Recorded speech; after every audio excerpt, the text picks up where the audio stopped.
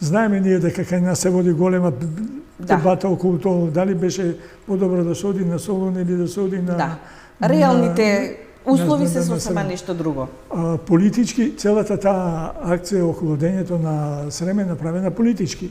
Затоа што комунистите градат братство и единство и за да се зацрти тоа братство и единство се праќаат на Срем.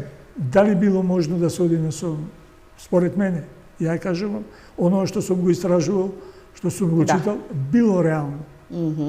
Како што правеле секогаш, затоа што во Бугарија имате македонци учествуваат во бугарското национално ослободително движење, таму исто така на власт е Татковинскиот фронт. Во Грција е Елас, исто така Солун е под Елас. Македонските партизани се во Елас. Таму го помина, таму помина, зимата ја помина во Егејскиот дел на Македонија. Тие беа со македонците таму. Многу често се случи дека биле британците. Британците се уште во тој период не се во Егејска, во Грција. Тие пристигнуваат малку покасно.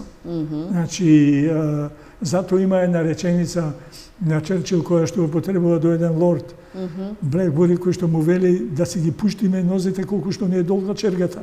Не можеме да се спротиставиме.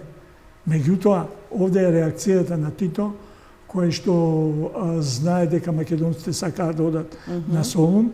Меѓутоа, за да го спречи тоа, испраќа Срби на границата, кои што да не влегуваат во Егејскиот дел на Македонија.